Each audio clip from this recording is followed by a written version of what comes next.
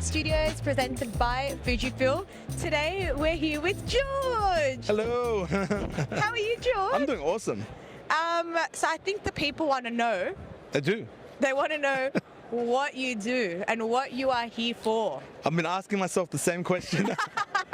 No, well, I'm the division manager at digiDirect for everything IT, computers, mobiles, gaming, streaming. Talking about streaming, we've obviously got the studio set up here today. I want to thank obviously Fujifilm, for really supporting us with this. On the other side of this wall, there's a beautiful setup here. The cameras that we're using today are amazing as well. We're using the I'm trying to remember. I think it's the XH2S cameras with some beautiful lenses on them. So thank you very much. Also, I'd like to thank LaCie for coming to us. Everything that's saved on this, thankfully we're saving everything. It's all saved on LaCie storage, so very cool there. Keychron's also come and supported us, and Aiton and Apple, and we've had so many brands just come to the show verbatim, support us with all this stuff, so we couldn't do it without those brands. So I do want to do a shout out. I don't know if we're allowed to, but it's done. Yeah, so it's done. Can't go back now. It's on the podcast. No, that's right. So you mentioned a lot of brands. Yeah. And I can see you've got a lot of Apple products here. Yeah. You can start off with Apple. Do you want to run through what you've picked for us today? Listen, the content creator is mostly an Apple person, so it's only fair to say that Apple needed to be kind of the heart and soul here, We got obviously all the major equipment there, everything from the Apple Studio display to the Apple Studio PC running it all. But we've also got this wall decked out with a whole bunch of Apple gear, everything from the new iPads running the M2 chip in the iPad Air all the way to the M4 chip in the iPad Pros. We've got Apple Studio headphones on display. We've got the AirTags on display, one of my favorite Apple accessories of all time. Do you want to talk about more on the AirTags? Listen, the AirTag for us as content creators, as digiDirect, has been a very welcoming accessory, because when it comes to content creation, asset management is crazy, right? You're carrying 2 or 3 cameras at the same time. You're carrying luggage everywhere. So the AirTag's just been a great accessory. Throw it into your bag. It tracks your devices wherever they are. We've got some fantastic accessories from Elevation Lab that allow you to, strap onto your strap, which is awesome for the cameras. It's honestly one of the best accessories, and since then, we've introduced the smart tags from Samsung. Verbatim has their tagging system as well. So I think that the whole tagging, Bluetooth tagging thing is only growing. I think more and more asset management is required. One cool thing, and being at EduTech, this kind of came to mind, is there's a lot of field trips happening, A cool opportunity or a solution would be to have an armband for every student on a field trip and have the teachers be able to track those as they go along. So the opportunities are endless, which is awesome. So I think we're only touching the tip of the iceberg on tracking, and tracking's been around for a long time. I think GPS tracking's been around for a very long time. The cool thing with Apple, with Verbatim, with Samsung, is they're affordable. You're paying less than $200 for up to 4 of these trackers for a good life cycle. Yeah. So a great accessory. If you don't have an AirTag or a smart tag, get one, play with one. You won't be disappointed. Yeah. Yeah, I have 4, and I put like one in my bag, one in my wallet, and I've got like my 2 spares that like just go with me. Awesome. So I do like them. Awesome. What else do you want to talk about off the wall? Yeah, no, it's a beautiful wall. It's with amazing product selection. Maybe the Keychron, the keyboards. We heard from Mike from Keychron, or you'll probably hear from Mike from Keychron if the video hasn't come out. But they've supported us with some awesome keyboards. So if you're not familiar with Keychron, the majority of their keyboards are mechanical keyboards. They use mechanical switches, and they supported us with quite a few things. The cool thing with Keychron is it doesn't matter if you're a Mac user or a Windows user.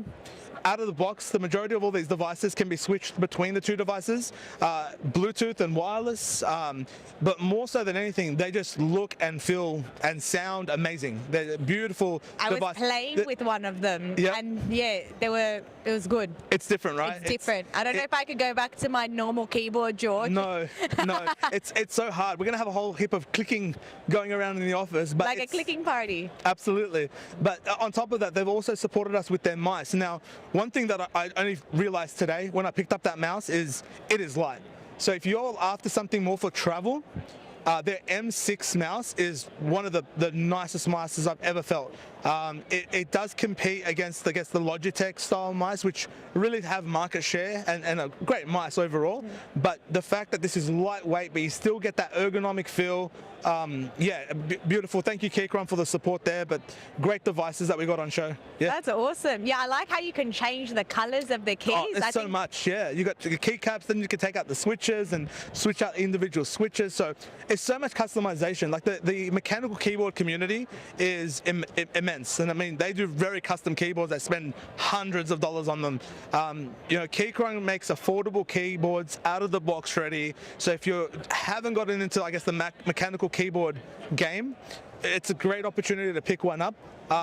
I use the K4 and the K8. K8 at my desk, K4 at home. So they're my go-to. What do you recommend for me? Oh, the new Q series. Have you seen the Q? I think it's the Q3. I did play around with it for a bit. The thing with you is I feel like it's a bit too big. You need more of a low profile. So we'll have to speak to Mike and see which one's recommended. Maybe you have to try a couple out and maybe, and just keep them in my drawer. Yeah, keep them in your drawer. I love it. Okay, well, I'm going back to the wall. Go back to I the feel wall. like the wall is like the map of today's podcast. So, what about? Oh, I know. Yes. It was never like here originally, but do you want to go through? Oh my God, the Sphero bolt. Yeah, Oh. that was like a last we minute. had to go ask for that on the wall. So, we have access to Sphero, obviously through Digi. You won't see it on our website. It is a very education SKU. Okay. But I mean, to be honest, I'm probably the wrong person to tell you about it. But It looks cool. It's a very cool robot, a STEM robot.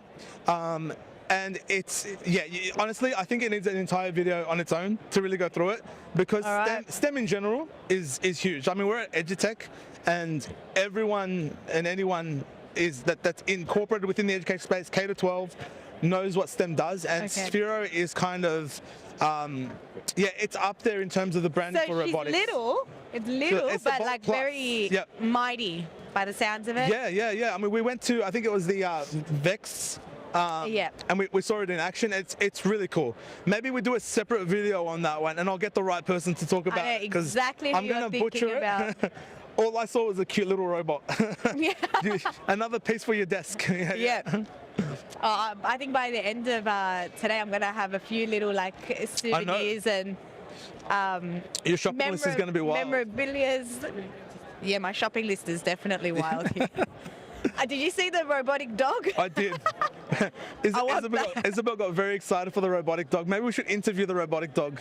Yeah, I think that needs its own video as well. It does. Yeah, I love it. She was cute. He was cute. We'll get one for the office. Yeah. We're going to need... It'll bring you your coffee. That'd be nice. I wouldn't mind. Your own personal assistant. I think it's like a good comfort, like under the chair. I don't know if you want to pat it though. It needs a skin, but then it will get weird. It did look a bit like... Yeah, it looked aggressive, right? I think it needs like a little pullover skin. I think a little we'll just go to skin Kmart and get like a, those like... like a pillowcase. They've got their own jumpers that they can wear. Oh, Maybe. You want to make it more homely? I think so. Get a little collar for it, take it for a walk. You can. It walks. Absolutely.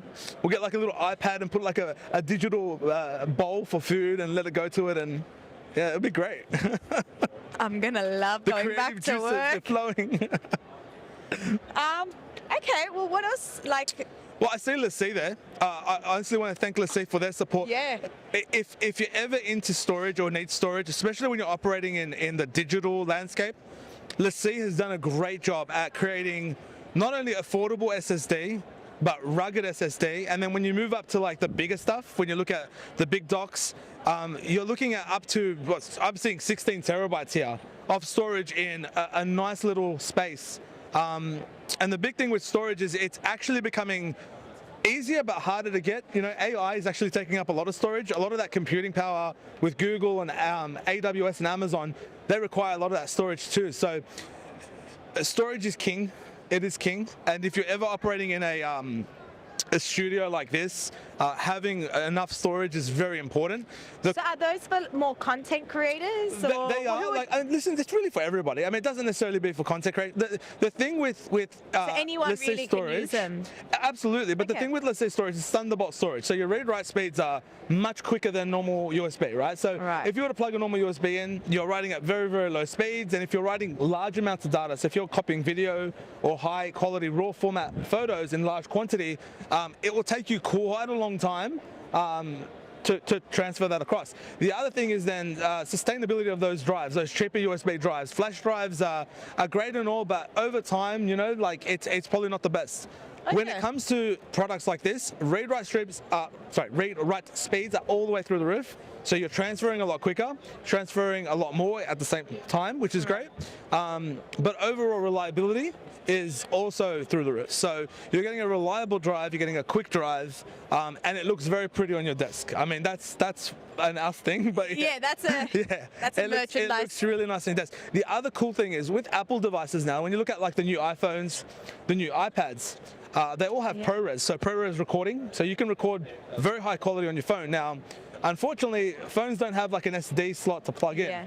The cool thing is if you get yourself a LaCie rugged drive, you can plug that directly into your iPhone and transfer all that data straight. Same with the iPad. So very cool functionality. And that's obviously due to the fact that Apple's kind of pushed that forward. Samsung, same thing. You can copy format from your hard drive directly onto it. So that's interesting. I didn't know that. Yeah, it's really cool. So if you're doing content creation with just your phone, which a lot of people do, it's also a very handy thing to have. So my recommendation is maybe a rugged 4 terabyte or a 5 terabyte. Again, inexpensive drives and so valuable. So valuable. Nice. Yeah. Hi everybody, welcome back to digiDirect Studios. I'm George and this is Isabelle. Thank you again for Fuji for sponsoring the studio today. And Isabelle, I thought we'd talk a little bit about the tech you love. The tech that makes it click for you. Ooh, you're opening a big can of worms. But we can definitely get into it. The tech I love, that's very interesting because tech is always changing. There's always new products out. Like we have hundreds of new products on our website every month. Yep.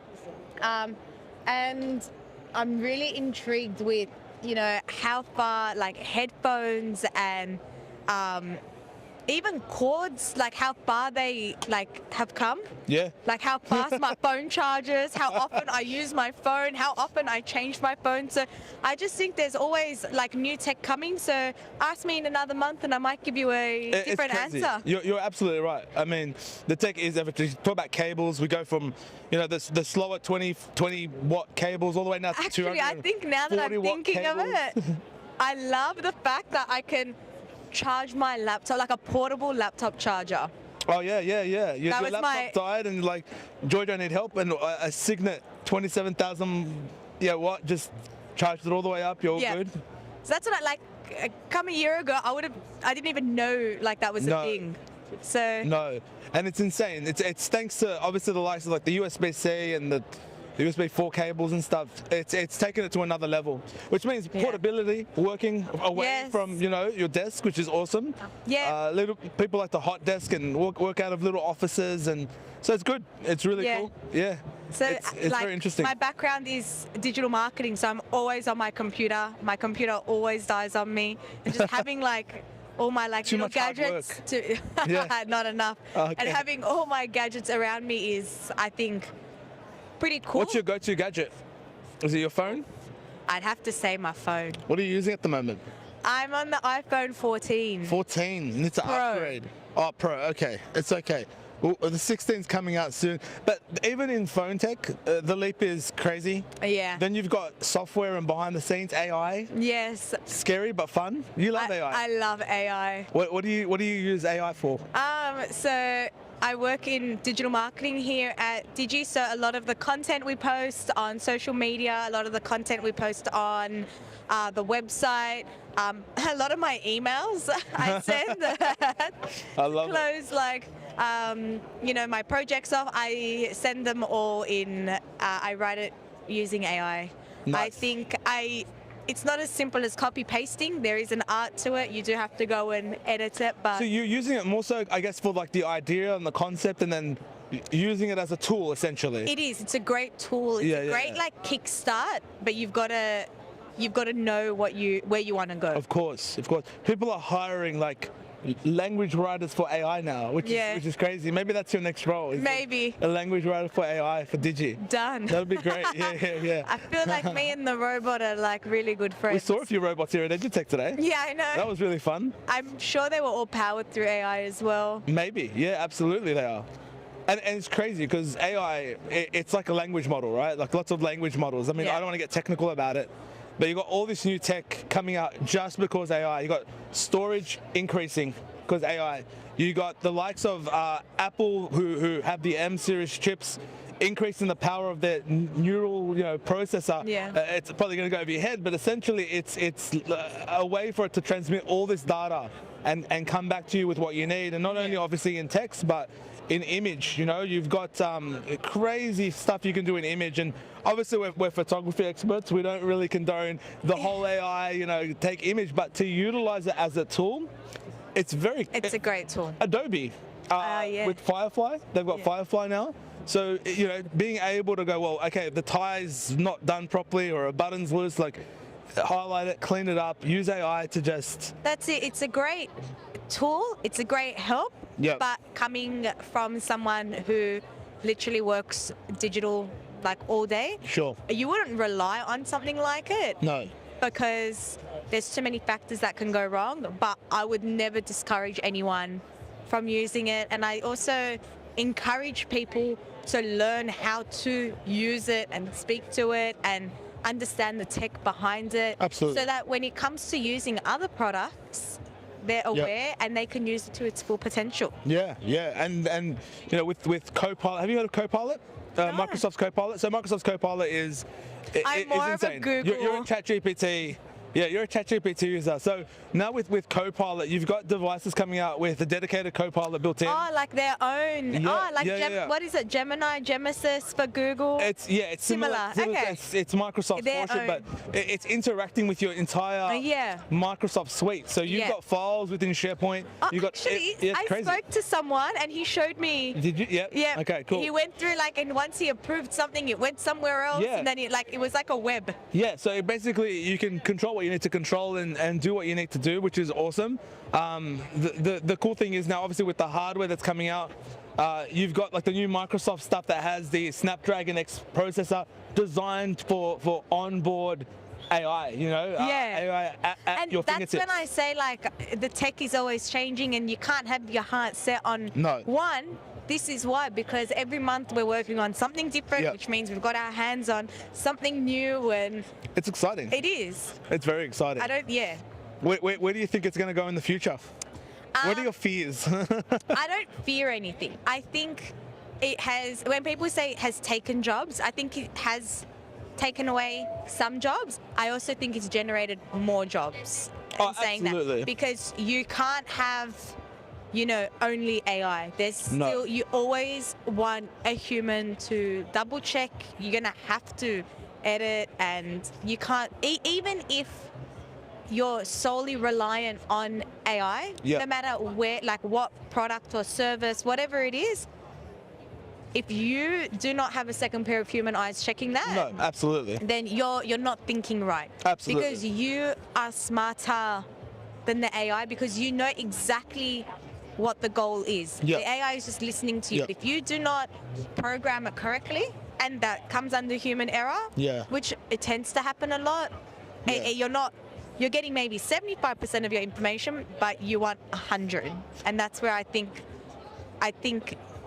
where we will end up is having it as a tool just as much as we use Google and other. It's working smarter, right? It's about working smarter and quicker. Harder. Yeah. Everyone, we grew up in a time where there was globalization, everyone, connecting in the world. It was making product easy access. Yeah. But now all it is making information easy access. I love that.